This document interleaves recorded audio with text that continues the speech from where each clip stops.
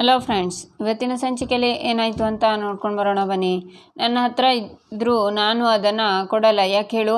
ಅಮ್ಮ ಇಲ್ಲಿರೋದು ನನಗಿಷ್ಟ ಇಲ್ಲ, ಅವಳು ಇಲ್ಲೇ ಇದ್ದಾಳೆ ಅಂತ ತನ್ಮಯನೂ ಇಲ್ಲೇ ಇರ್ತಾನೆ. ಎಲ್ಲರೂ ಇದೇ ಮನೇಲಿದ್ದರೆ ಆ ಮನೆಯಲ್ಲಿ ಯಾರಿರ್ತಾರೆ? ಆ ಮನೇನ ಪಪ್ಪ ನಮಗೆ ಅಂತ ಕಟ್ಟಿಸಿರೋದು. ಅದರಲ್ಲಿ ನಾನೇ ಇಲ್ಲ ಅಂತಂದರೆ ಯಾರಿರ್ತಾರೆ ಹೇಳಿ? ಏನಾದರೂ ಸರಿ, ಅಮ್ಮ ನಾನು ತನ್ಮಯ್ ಎಲ್ಲರೂ ಅದೇ ಮನೇಲಿ ಇರಬೇಕು ಅಂತಾಳೆ ತನ್ವಿ. ನೀನು ಬರ್ತಾ ಬರ್ತಾ ಅತಿಯಾಗಿ ಮಾತಾಡ್ತಿದ್ಯಾ, ನಿನ್ನ ಹತ್ರ ಆಮೇಲೆ ಮಾತಾಡ್ತೀನಿ ಅಂತ ಪೂಜಾ ಹೋಗ್ತಾಳೆ. ಆಗ ತನ್ಮಯ್, ನೀನು ಈ ತರಹ ನನ್ನ ಫೋರ್ಸ್ಫುಲಿ ಮಾಡಿದರೆ, ನಾನು ಆ ಮನೆಗೆ ಬರಬೇಕು ಅಂತ ಹಠ ಮಾಡಿದರೆ ನಾನು ಖಂಡಿತ ಬರಲ್ಲ ನೋಡು. ನಾನು ಇಲ್ಲೇ ಅಪ್ಪ ಅಮ್ಮನ ಜೊತೆ ಇರ್ತೀನಿ, ಬೇಕಿದ್ರೆ ನೀನು ಇರು ಅಂತಾನೆ ತನ್ಮಯ್. ಸರಿ ಬಾ, ನಿನ್ನ ಹತ್ರ ಏನೋ ಮಾತಾಡಬೇಕು ಅಂತಾಳೆ ತನ್ವಿ. ನಾನು ಬರಲ್ಲ ಅಂತಾನೆ ತನ್ಮಯ್. ಮರ್ಯಾದೆಯಿಂದ ಬಾ, ನಿನ್ನ ಹತ್ರ ನಾನು ಮಾತಾಡಬೇಕು ಅಷ್ಟೇ ಅಂತಾಳೆ ತನ್ವಿ. ಈಚೆ ಮೀನಾಕ್ಷಿ, ಆದಿ ಎದ್ದೇಳು ಆದಿ ಅಂತ ಅಳ್ತಾರೆ. ಭಾಗ್ಯ ಒಂದು ಎಲೆನೆಲ್ಲ ತೊಳೆದು ಕುಟ್ಟಿ, ದೇವ್ರೆ ಯಾಕಪ್ಪ ಏನೇನೋ ಆಗ್ತಾ ಇದೆ, ಯಾಕೆ ಒಂದಾದ್ಮೇಲೆ ಒಂದು ಪರೀಕ್ಷೆ ಇಡ್ತೀಯಾ ಅಂತಾಳೆ. ನಂತರ ಸೊಪ್ಪಿನ ರಸನ ಗ್ಲಾಸ್ಗೆ ಹಿಂಡ್ತಾಳೆ. ಆಗ ಕೈಗೆ ಗಾಯ ಆಗುತ್ತೆ, ಆದರೂ ಅದನ್ನು ಲೆಕ್ಕಿಸದೆ ಒಂದು ಗ್ಲಾಸ್ ಸೊಪ್ಪಿನ ರಸನ ತೆಗಿತಾಳೆ ಭಾಗ್ಯ. ಈಚೆ ಕಿಶನ್, ಅಪ್ಪ ನನ್ನ ಕಾರ್ ಕೀ ಕಾಣಿಸ್ತಿಲ್ಲ ಅಂತಾನೆ.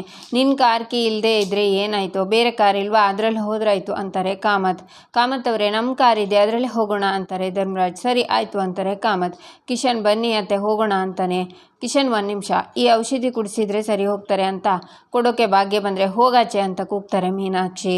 ಮಾವ, ಈ ಔಷಧಿ ಕುಡಿಸಿದ್ರೆ ನಿಜವಾಗ್ಲೂ ಸರಿ ಹೋಗುತ್ತೆ ಮಾವ, ಒಂದು ಅವಕಾಶ ಕೊಡಿ ನನಗೆ ಅಂತಾಳೆ ಭಾಗ್ಯ.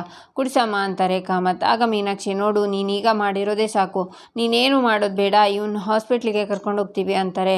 ನನ್ನ ನಂಬಿ, ಇದು ತುಂಬ ಒಳ್ಳೆ ಮದ್ದು, ಕುಡಿದ್ರೆ ಅಲರ್ಜಿ ಹೊರಟೋಗುತ್ತೆ ಅಂತಾಳೆ ಭಾಗ್ಯ. ನೀನು ಆಲ್ರೆಡಿ ಮಾಡಿರೋ ಕರ್ಮಕ್ಕೆ ಬ್ರೋ ಸಫರ್ ಆಗ್ತಿದ್ದಾನೆ, ಮತ್ತೆ ಪ್ರಾಬ್ಲಮ್ ಮಾಡಬೇಡ ಅಂತ ಸೊಪ್ಪಿನ ರಸನ ಸಿಂಕಿಗೆ ಹಾಕ್ತಾಳೆ ಕನಿಕಾ. ಅಯ್ಯೋ ದೇವ್ರೆ, ಇವರಿಗೆ ಇದೆಲ್ಲ ಯಾಕೆ ಅರ್ಥ ಆಗ್ತಿಲ್ಲ ಅಂತೀನಿ ಅಂತ ಕುಸುಮ ಯೋಚನೆ ಮಾಡಿ ಅಲ್ಲಿಂದ ಹೋಗ್ತಾರೆ. ಕನಿಕಾ, ಏನು ಮಾಡಿದೆ ನೀನು ಅಂತ ಕೂಗ್ತಾಳೆ ಭಾಗ್ಯ. ನೀನೇನು ಡಿಸರ್ವ್ ಮಾಡ್ತೀಯಾ ಅದನ್ನೇ ಮಾಡಿದೆ, ಆಲ್ರೆಡಿ ಬ್ರೋ ಜೀವಕ್ಕೆ ಥ್ರೆಟ್ ಮಾಡಿದ್ಯಾ, ಮತ್ತೆ ಅದನ್ನು ಮಾಡಲ್ಲ ಅಂತ ಏನು ಗ್ಯಾರಂಟಿ ಅಂತಾಳೆ ಕನಿಕಾ. ಅದನ್ನು ಕುಡಿದ್ರೆ ಸರಿ ಹೋಗ್ತಾ ಇತ್ತು ಅಂತಾಳೆ ಭಾಗ್ಯ. ಭಾಗ್ಯ ಹೇಳಿದ್ಲು ತಾನೇ ಕುಡಿದ್ರೆ ಸರಿ ಹೋಗುತ್ತೆ ಅಂತ, ಯಾಕೆ ಇಷ್ಟೊಂದು ಹಠ ಮಾಡ್ತಿದ್ಯಾ? ಆದಿ ಹುಷಾರಾಗೋದು ಮುಖ್ಯ ಅಲ್ವಾ ನಿನಗೆ ಅಂತಾನೆ ಕಾಮತ್. ಅಣ್ಣ, ಮದ್ದು ಕುಡಿಸಿದ್ರೆ ಕಡಿಮೆ ಆಗುತ್ತೆ ಅಂತ ನನಗೆ ನಂಬಿಕೆ ಇಲ್ಲ ಅಣ್ಣ, ಪ್ಲೀಸ್ ಅಣ್ಣ ಈಗಲೇ ಹಾಸ್ಪಿಟ್ಲಿಗೆ ಕರ್ಕೊಂಡು ಹೋಗೋಣ. ಅವಳೇನೋ ಕೊಡೋದು, ಆದಿ ಅದನ್ನು ಕುಡಿಯೋದು, ಇನ್ನೇನೋ ಆಗೋದು ಬೇಡ ಅಣ್ಣ, ಈಗಲೇ ಹಾಸ್ಪಿಟ್ಲಿಗೆ ಕರ್ಕೊಂಡು ಹೋಗೋಣ ಅಂತಾರೆ ಮೀನಾಕ್ಷಿ. ಆಗ ಕುಸುಮ ಸ್ವಲ್ಪ ಸೊಪ್ಪನ್ನು ತಂದು, ಭಾಗ್ಯ ಇದ್ರ ಜೊತೆಗೆ 4 ಕಾಳು ಜೀರಿಗೆನ ಚೆನ್ನಾಗಿ ಅರಿ ಅದನ್ನು ಕುಡಿಸಿದ್ರೆ ಸರಿ ಹೋಗುತ್ತೆ ಅಂತಾರೆ. ನಿಮಗೆ ಹೇಳಿದರೆ ಅರ್ಥ ಆಗಲ್ವಾ ಅಂತಾರೆ ಮೀನಾಕ್ಷಿ. ಹಾಸ್ಪಿಟ್ಲಿಗೆ ಕರ್ಕೊಂಡು ಹೋಗೋದು ಬೇಡ ಅಂತಿಲ್ಲ ಮಾವ, ಅದಕ್ಕಿಂತ ಮುಂಚೆ ಇದನ್ನು ಒಂದು ಸಲ ಕುಡಿಸಿದ್ರೆ ಸರಿ ಹೋಗುತ್ತೆ ಮಾವ ಅಂತಾಳೆ ಭಾಗ್ಯ. ಮೀನಾಕ್ಷಿ, ಅವಳೇನೋ ಹೇಳ್ತಿದ್ದಾಳೆ, ಮಾಡಲಿ ಬಿಡು ಅಂತಾರೆ ಕಾಮತ್. ಆಗ ಭಾಗ್ಯ ಸೊಪ್ಪನ್ನು ತೊಳೆದು ಅದನ್ನು ಕುಟ್ಟಿ ರಸನ ತೆಗಿತಾಳೆ. ನಂತರ ಆದಿಗೆ ಔಷಧಿನ ಕುಡಿಸ್ತಾಳೆ. ಆದಿಯವರು, ನಿಧಾನಕ್ಕೆ ಕಣ್ಬಿಡಿ ಆದಿಯವರೇ, ನಾವೆಲ್ಲ ಇದ್ದೀವಿ, ನಿಮಗೇನೂ ಆಗಲ್ಲ, ಕಣ್ಬಿಡಿ ಅಂತಾಳೆ ಭಾಗ್ಯ. ಮಾಡೋದೆಲ್ಲ ಮಾಡಿ ನಾಟಕ ಬೇರೆ ಅಂತಾಳೆ ಕನಿಕಾ. ಆಗ ಆದಿ ನಿಧಾನಕ್ಕೆ ಕಣ್ಣನ್ನು ಮಿಟುಕಿಸ್ತಾನೆ. ಎಲ್ಲರೂ ಖುಷಿಯಿಂದ ನೋಡ್ತಾರೆ. ಭಾಗ್ಯ ರಸನ ಅವನ ಮುಖಕ್ಕೆಲ್ಲ ಹಚ್ಚುತ್ತಾಳೆ. ಭಾಗ್ಯ, ಏನೇ ಮಾಡ್ತಿದ್ಯಾ? ಇದನ್ನೆಲ್ಲ ಇಟ್ಕೊಂಡು ಬ್ರೋ ಮೇಲೆ ಎಕ್ಸ್ಪೆರಿಮೆಂಟ್ ಮಾಡಬೇಡ ನೀನು. ಡ್ಯಾಡ್, ನೀವು ಯಾಕೆ ಸುಮ್ಮನೆ ನಿಂತಿದ್ದೀರಾ? ಏನಾದರೂ ಹೇಳಿ ಇವಳಿಗೆ ಅಂತಾಳೆ ಕನಿಕಾ. ಏನೂ ಗೊತ್ತಿಲ್ಲದೆ ಇರೋಳ ಥರ ಮಾತಾಡಬೇಡ ನೀನು, ಹಚ್ಚಿದ ತಕ್ಷಣ ಉರಿಯುತ್ತೆ ನಿಜ, ಆಮೇಲೆ ಎಲ್ಲ ಕಡಿಮೆ ಆಗೋಗುತ್ತೆ ಅಂತಾರೆ ಕುಸುಮ. ಹುಷಾರಾಗತ್ತೆ ಅಲ್ಲ, ಹುಷಾರಾಗಲೇಬೇಕು, ಆಗಿಲ್ಲ ಅಂದರೆ ಭಾಗ್ಯಂಗೂ ನಿಮಗೂ ಇವತ್ತೇ ಈ ಮನೇಲಿ ಕೊನೆ ದಿನ ಅಂತಾರೆ ಮೀನಾಕ್ಷಿ. ಅಕ್ಕನ ಮೇಲೆ ತಿರುಗಿಸ್ತಿದ್ದೀರಾ, ಪಾಪ ಅಕ್ಕಂದೇನು ತಪ್ಪೆಲ್ಲ ನಂದೆ ಅಂತಾಳೆ ಪೂಜಾ. ಅದಕ್ಕೆ ನಾಚಿಕೆ ಆಗಲ್ವಾ ನಿಮಗೆ? ನೀವು ನಿಮ್ಮ ಅಕ್ಕ ಇಬ್ಬರು ಒಂದೇ ಈ ಮನೆ ಹಾಳು ಮಾಡೋಕ್ಕೆ ಬಂದಿದ್ದೀರಾ ನೀವು. ಅಲ್ಲ, ಬ್ರೋನ ಇಷ್ಟು ಒದ್ದಾಡೋ ಥರ ಮಾಡಿದ್ದೀರಲ್ಲ, ಏನು ಅನಿಸ್ತಿಲ್ವ ನಿಮಗೆ ಅಂತಾಳೆ ಕನಿಕಾ. ಯಾರಿಂದ ಆಯಿತು ಅನ್ನೋದು ಮುಖ್ಯನಾ, ಈಗ ಆದಿ ಸರಿ ಹೋಗೋದು ಮುಖ್ಯನಾ ಅಂತಾರೆ ಕಾಮತ್. ಮಾವ, ಇವರನ್ನ ರೂಮಿಗೆ ಕರ್ಕೊಂಡು ಹೋಗಿ ಮಲಗಿಸಿ ಸ್ವಲ್ಪ ಹೊತ್ತು ಬಿಟ್ಟು ಈ ರಸನ ಕುಡಿಸಿದ್ರೆ ಸರಿ ಹೋಗ್ತಾರೆ ಅಂತಾಳೆ ಭಾಗ್ಯ. ಸರಿಯಮ್ಮ, ಕಿಶನ್ ಹೆಲ್ಪ್ ಮಾಡು ಅಂತಾರೆ ಕಾಮತ್. ಕಿಶನ್ ಹೆಲ್ಪ್ ಮಾಡ್ತಾನೆ. ಆ ದಿನ ರೂಮಿಗೆ ಕರ್ಕೊಂಡು ಹೋಗೋದನ್ನು ತನ್ಮಯ್ ಮತ್ತು ತನ್ವಿ ನಿಂತ್ಕೊಂಡು ನೋಡ್ತಾ ಇರ್ತಾರೆ. ಆಗ ಅಪ್ಪ ಅಂತ ಕೂಗ್ತಾನೆ ತನ್ವಿ. ಆಗ, ನೋಡು ತನ್ಮಯ್, ನಿನಗೆ ಆಲ್ರೆಡಿ ಹೇಳಿದ್ದೀನಿ, ಇವ್ರು ಯಾರನ್ನ ನಂಬೇಡ, ಇವರನ್ನು ನೀನು ನಂಬಿದರೆ ಮುಂದೆ ಒಬ್ಬನೇ ಆಗ್ತೀಯ ತನ್ಮಯ್, ನಿನ್ನ ಜೊತೆ ಯಾರೂ ಇರಲ್ಲ ಆವಾಗ, ಅದಕ್ಕೆ ನನ್ನ ಜೊತೆ ಬಂದುಬಿಡು, ಸೂರ್ಯವಂಶಿ ಮನೆಗೆ ಹೋಗೋಣ ಅಂತಾಳೆ ತನ್ವಿ. ಅಕ್ಕ, ನಾನು ಬರಲ್ಲ, ನನಗೆ ಅಮ್ಮನ ಖುಷಿನೇ ಮುಖ್ಯ, ನಾನು ಅವಳ ಜೊತೆ ಇದ್ದರೆ ಅವಳು ಖುಷಿಯಾಗಿರ್ತಾಳೆ, ಅವಳ ಖುಷಿಗೋಸ್ಕರ ನಾನು ಇಲ್ಲೇ ಇರ್ತೀನಿ ಅಂತ ತನ್ಮಯ್ ಓಡ್ತಾನೆ. ಆಗ ತನ್ವಿ, ಹೋಗು, ನಿನಗೆ ಇವಾಗ ಅರ್ಥ ಆಗದೆ ಇರೋ ವಿಷಯಗಳು ಮುಂದೆ ಅರ್ಥ ಆಗುತ್ತೆ, ಟೈಮ್ ಬಂದೇ ಬರುತ್ತೆ ಅಂತಾಳೆ ತನ್ವಿ. ಈಚೆ ತನ್ಮಯ್ ಹೋಗುವಾಗ ಕನ್ನಿಕಾ ಅಡ್ಡ ಹಾಕಿ ನಿಂತ್ಕೊಳ್ಳೋ, ನಾನು ನಿಮ್ಮ ಅಮ್ಮನ ಥರ ತಪ್ಪಿಸ್ಕೊಂಡು ಹೋಗು ನೀನು ಅಂತಾಳೆ ಕನ್ನಿಕಾ. ನೋಡಿ, ನಾನು ಅಪ್ಪನ ನೋಡಬೇಕು, ನಿಮ್ಮ ಹತ್ರ ಜಗಳ ಆಡೋಕ್ಕೆ ನನಗೆ ಇಷ್ಟ ಇಲ್ಲ ತನ್ಮಯ್. ನನಗೇನು ಮಾಡೋಕ್ಕೂ ಕೆಲಸ ಇಲ್ಲ ಅಂದ್ಕೊಂಡಿದ್ಯಾ? ನಿನ್ನ ಜೊತೆ ಜಗಳ ಮಾಡೋದೇ ನನ್ನ ಕೆಲಸನ? ನಾನು ನಿನ್ನ ಜೊತೆ ಜಗಳ ಆಡೋಕ್ಕೆ ಬಂದಿಲ್ಲ, ನಿನಗೆ ವಾರ್ನ್ ಮಾಡೋಕ್ಕೆ ಬಂದಿದ್ದೀನಿ. ಇವತ್ತು ನಿಮ್ಮಮ್ಮ ನನ್ನ ಬ್ರೋ ಪ್ರಾಣ ತೆಗೆಯೋಕ್ಕೆ ಬಂದಿದ್ಲು, ಅವಳು ಬೇಕು ಅಂತಲೇ ಮಾಡಿರೋದು ಅಂತಲೂ ನನಗೆ ಚೆನ್ನಾಗಿ ಗೊತ್ತು. ಇದರಿಂದ ಬ್ರೋಗೆ ಏನಾದರೂ ಹೆಚ್ಚು ಕಮ್ಮಿ ಆಯಿತು ಅಂದ್ಕೋ, ಖಂಡಿತ ನಿಮ್ಮ ಅಮ್ಮಂಗೆ ಪನಿಷ್ಮೆಂಟ್ ಇದೆ ಅಂತಾಳೆ ಕನ್ನಿಕಾ. ಏನು ಪನಿಷ್ಮೆಂಟು ಅಂತಾನೆ ತನ್ಮಯ್. ನಿಮ್ಮ ಅಪ್ಪ ತಾಂಡವ್ನ ಹೇಗೆ ಜೈಲಿಗೆ ಕಳಿಸಿದ್ನೋ ಅದೇ ಥರ ನಿಮ್ಮ ಅಮ್ಮನೂ ಜೈಲಿಗೆ ಕಳಿಸ್ತೀನಿ ಅಂತಾಳೆ ಕನ್ನಿಕಾ.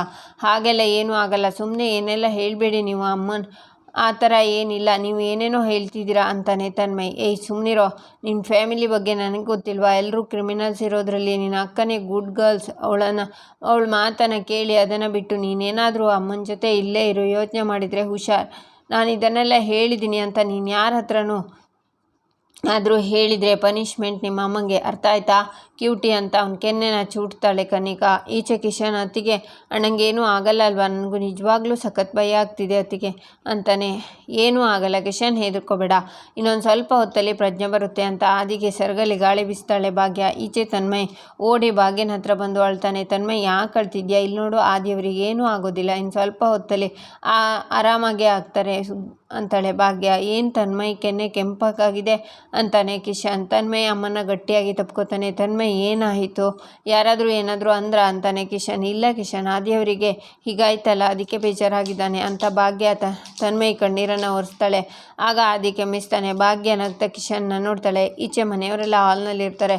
ಇಷ್ಟೊತ್ತಾದರೂ ಪ್ರಜ್ಞೆ ಬಂದಿಲ್ವಲ್ಲ, ನನಗೆ ಯಾಕೋ ಭಯ ಆಗ್ತಿದೆ ಅಂತಾರೆ ಕಾಮತ್. ಅದಕ್ಕೆ ಹೇಳಿದ್ದು ಹಾಸ್ಪಿಟ್ಲಿಗೆ ಕರ್ಕೊಂಡು ಹೋಗೋಣ ಅಂತ, ನಮ್ಮ ಮಾತೆ ಕೇಳಿಲ್ಲ ಅಂತ ಮೀನಾಕ್ಷಿ ಹೇಳ್ತಾರೆ. ಅಲ್ಲ ಮೀನಾಕ್ಷಿ ಅವರೇ, ಔಷಧಿ ತಗೊಂಡು ತಕ್ಷಣ ಪ್ರಜ್ಞೆ ಬರಬೇಕು ಅಂದರೆ ಹೇಗೆ? ಸ್ವಲ್ಪ ಸಮಯ ಬೇಕಲ್ವಾ ಅಂತಾರೆ ಕುಸುಮ. ಅಲ್ಲ ಆಂಟಿ, ನೀವು ನೋಡಿದರೆ ವೆಯ್ಟ್ ಮಾಡೋಣ ಅಂತಿದ್ದೀರಾ, ನನಗೆ ಯಾಕೋ ತುಂಬ ಭಯ ಆಗ್ತಿದೆ. ನಿಮಗೆ ಗೊತ್ತಿಲ್ಲ, ಲಾಸ್ಟ್ ಟೈಮ್ ಕೂಡ ಬ್ರೋ ಇದನ್ನು ತಿಂದಾಗ ಅತಿಯಾಗಿ ಅಲರ್ಜಿ ಆಗಿ ಹಾಸ್ಪಿಟ್ಲಿಗೆ ಅಡ್ಮಿಟ್ ಮಾಡಿದ್ದೀವಿ ಅಂತ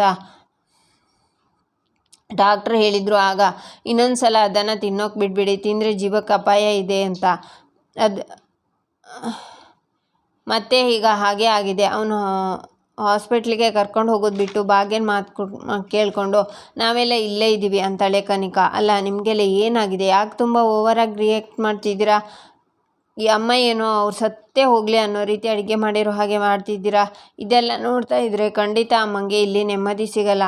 ಅಜ್ಜಿ ಬನ್ನಿ, ನಾವು ಅಮ್ಮನ್ನ ಮನೆಗೆ ಕರ್ಕೊಂಡು ಹೋಗೋಣ ಅಂತಾಳೆ ತನ್ವಿ, ನೀನು ಬಾಯಿ ಮುಚ್ಕೊಂಡಿದ್ರೆ ಸರಿ, ಅತಿಯಾಗಿ ಮಾತಾಡ್ತಿದ್ಯಾ, ತೆಪ್ಪಗಿದ್ರೆ ಸರಿ, ನಾಲ್ಕು ಬಾಯಿ ಮೇಲೆ ಹಾಕ್ತೀನಿ ಅಂತಾರೆ ಕುಸುಮ.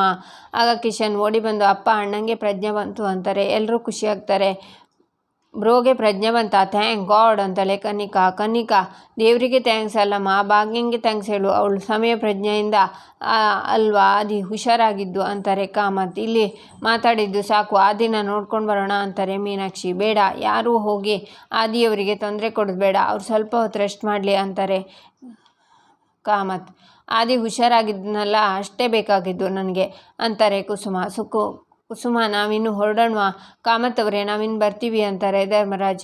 ಬೀಗ್ತಿಯಮ್ಮ, ಭಾಗ್ಯನ ಹತ್ರ ಒಂದು ಮಾತು ಹೇಳಿಬಿಟ್ಟು ಹೋಗೋಣವಾ ಅಂತಾರೆ ಸುನಂದ. ಹೇಳಿಬಿಟ್ಟು ಹೋಗೋಣ ಅಂತ ಸುನಂದ ಹೋಗ್ತಾರೆ. ಆಗ ಮೀನಾಕ್ಷಿ ಕನ್ನಿಕಾ ಕಣ್ಣಲ್ಲೇ ಸನ್ನೆ ಮಾಡ್ತಾರೆ. ಮೀನಾಕ್ಷಿ ಅವ್ರ ಹಿಂದೆನೇ ಓಡೋಗ್ತಾರೆ. ಈಚೆ ಭಾಗ್ಯ ಆದಿಗೆ ನೀರನ್ನು ಕುಡಿಸ್ತಾಳೆ. ಆದಿಯವರೇ, ತುಂಬ ಕಷ್ಟ ಆಗ್ತಿದೆಯಾ ಅಂತಾಳೆ ಭಾಗ್ಯ.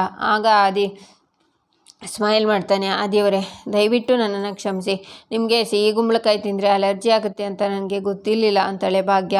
ನಾನು ನಿಮಗೆ ಸಿಹಿ ಗುಂಬಳಕಾಯಿ ತಿಂದರೆ ಅಲರ್ಜಿ ಆಗುತ್ತೆ ಅಂತ ಹೇಳಿದೆ, ಹೇಗೆ ಗೊತ್ತಾಗಬೇಕು ಹೇಳಿ ಭಾಗ್ಯ? ನೀವು ನನ್ನ ಜೊತೆ ಇರುವಾಗ ನನಗೆ ಯಾವ ತೊಂದರೆನೂ ಆಗಲ್ಲ. ನಾನು ಪ್ರಜ್ಞೆ ತಪ್ಪಿ ಬಿದ್ದಿರ್ಬೋದು, ಆದರೆ ನನ್ನ ಪ್ರೀತಿಯಿಂದ ನೋಡ್ಕೊಂಡಿದ್ದೀರಾ ಅಂತ ನನಗೆ ಗೊತ್ತು. ನನಗೆ ಕಾಣಿಸಿದ್ದು ನಿಮ್ಮ ಮುಖ ಮಾತ್ರ. ಥ್ಯಾಂಕ್ ಯು ಭಾಗ್ಯ ಅಂತ ಅವಳು ಕೈನ ಹಿಡ್ಕೊಂಡು, ನಿಮಗೂ ಗಾಯ ಆಗಿದೆ ಅಂತಾನೆ ಆದಿ. ಆಗ ಅಷ್ಟರಲ್ಲಿ ಅಲ್ಲಿಂದ ಚಿನ್ಮಯ್ ನಿಧಾನಕ್ಕೆ ಹೊರಗಡೆ ಹೋಗ್ತಾನೆ. ಅದೆಲ್ಲ ನೋವೇನಿಲ್ಲ, ಸಣ್ಣ ಏಟು ಅಷ್ಟೇ ಅಂತಾಳೆ ಭಾಗ್ಯ. ಆಗೋದೆಲ್ಲ ಸಣ್ಣ ಏಟೆ ಅಂತ ಯಾಕೆ ಅನ್ಕೋತಿದ್ದೀರಾ ಅಂತಾನೆ ಆದಿ. ಆಗ ಕುಸುಮ ಸುನಂದ ಬರ್ತಾರೆ. ಫ್ರೆಂಡು, ಈಗ ಹುಷಾರಾಗಿದೆಯಾ ಅಂತಾರೆ ಕುಸುಮ. ಹಾಂ ಆಗಿದ್ದೀನಿ, ಆರಾಮಾಗಿದ್ದೀನಿ ಅಂತಾನೆ ಕೂತ್ಕೋತಾನೆ ಆದಿ. ಆಗ ಮೀನಾಕ್ಷಿನೂ ಬರ್ತಾರೆ. ಭಾಗ್ಯ ನನ್ನ ಜೊತೆ ಇರುವವರೆಗೂ ನಾನು ಆರಾಮಾಗೇ ಇರ್ತೀನಿ ಅಂತಾನೆ ಆದಿ. ನಾವೇನು ಹೊರಡ್ತೀವಿ, ತನ್ಮಯ್ ಎಲ್ಲೂ ಕಾಣಿಸ್ತಿಲ್ಲ ಅಂತಾರೆ ಕುಸುಮ. ಇಲ್ಲೇ ಇದ್ನಲ್ಲ, ಎಲ್ಲಿ ಹೋದವನು ಅಂತಾಳೆ ಭಾಗ್ಯ. ಇಲ್ಲಿಗೆ ಈ ಸಂಚಿಕೆ ಮುಕ್ತಾಯವಾಗುತ್ತೆ. ಮುಂದಿನ ಸಂಚಿಕೆಗಾಗಿ ನಮ್ಮ ಚಾನಲನ್ನು ನೋಡಿ ಸಬ್ಸ್ಕ್ರೈಬ್ ಮಾಡಿ, ಲೈಕ್ ಮಾಡಿ, ಸಪೋರ್ಟ್ ಮಾಡೋದನ್ನು ಮರಿಬೇಡಿ.